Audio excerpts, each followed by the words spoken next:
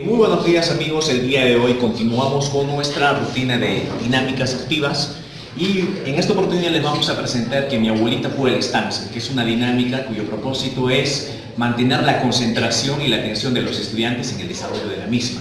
Para ello vamos a asignar una numeración específica a cada uno de los estudiantes. Número 1, 3, 2, 3, 4, 5, 6, 7, 8, 9, 10, 11, 12, 14, 15, 16, 17, 18, 19, 20, 21, 22, 23.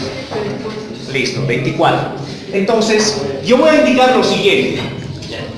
Voy a indicar que mi abuelita fue a la estancia y se trajo 5 cuyes. ¿Qué es 5? ¿por qué 5? Me pregunta así, ¿por qué 5? Y yo le respondo, si no, ¿cuánto? 20. 20. ¿Quién es 20? Listo.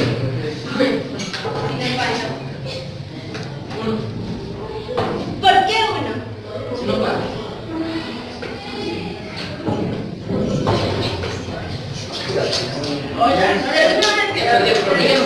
19. Si no, ¿cuánto? Entonces, en esta presentación, como hemos visto, se ha cometido un error. En esta dinámica se puede aplicar un castigo al que comete un error. Por ejemplo, nosotros lo que estilamos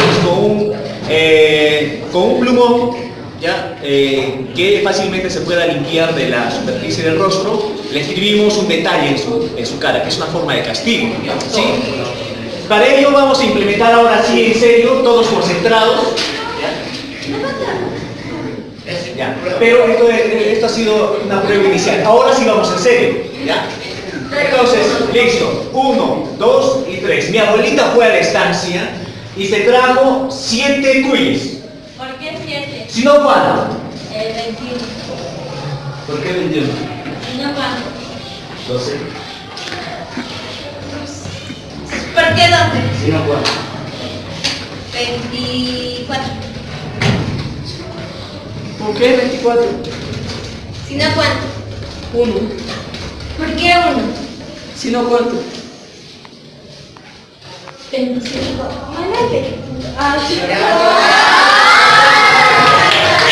Listo. Entonces ahora su compañero va a poder aplicar el castigo a su compañera, que ha sido la que ha cometido el error. Su compañero ha sido el único que ha realizado bien el trabajo. ¿Listo?